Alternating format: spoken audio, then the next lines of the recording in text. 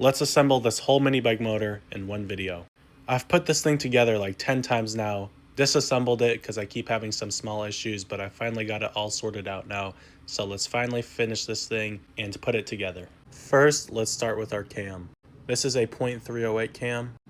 To install your camshaft, there will be a small dot right here and a small dot on the crankshaft gear right here. To make sure that the cam and the crankshaft are in proper timing, you will just line up those two dots. And as you can see, the crankshaft dot and the camshaft dot are perfectly aligned, so now our engine is properly timed. But I just now realized I forgot to put my lifters in, so we're going to take this out and put the lifters in. These engines are easy to disassemble, so that is nice. I always like to get some assembly lube on my parts before I install them. It makes the startup nice so it isn't metal on metal contact. To install your lifters, it will be one hole right there. You'll just take your lifter and slide it into that hole. Now we can take our cam and just slide it back in place again. Now that our two dots are aligned, we are done with the bottom end of the engine and we can now bolt on the side cover.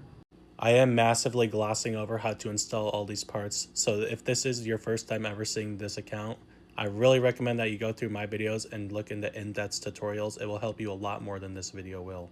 Because in this video, I really am just speeding through trying to install it. I'm not recording a lot of the steps. So if you are curious on how to properly install these parts, go scroll through my old videos and they will be a lot more helpful. Now, after threading in all our side cover bolts, we can torque them down to 16 foot-pounds. 16 foot-pounds to inch-pounds is 200 inch-pounds.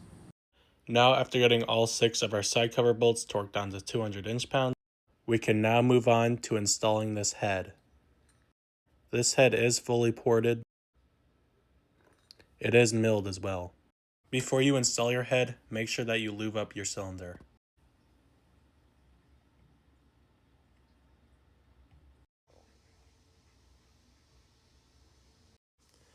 To install the head, we will just slide it over the studs, thread these bolts on. After threading on all our head bolts, we can now torque them down to 17 foot-pounds. 17 foot-pounds to inch-pounds is 204 inch-pounds.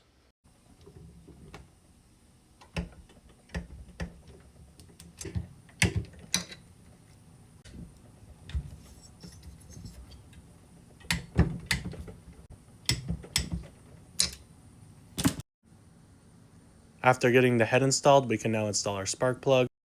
Installing the spark plug is pretty straightforward. You just thread it into the spark plug hole and tighten it down.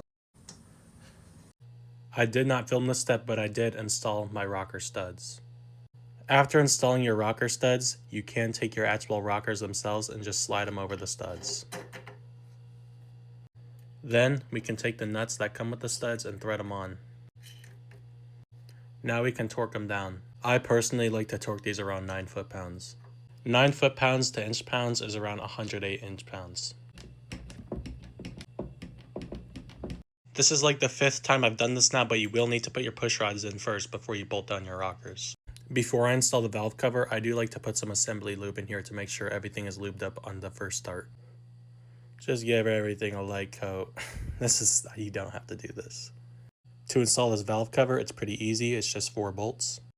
I did get a little carried away with not recording, but I am finished with the engine. I installed the carburetor, the carb manifold, this clear flywheel cover, and my recoil. I guess I'm not 100% done because I still have to do the venting line. But anyways, thank you for watching and have a good day.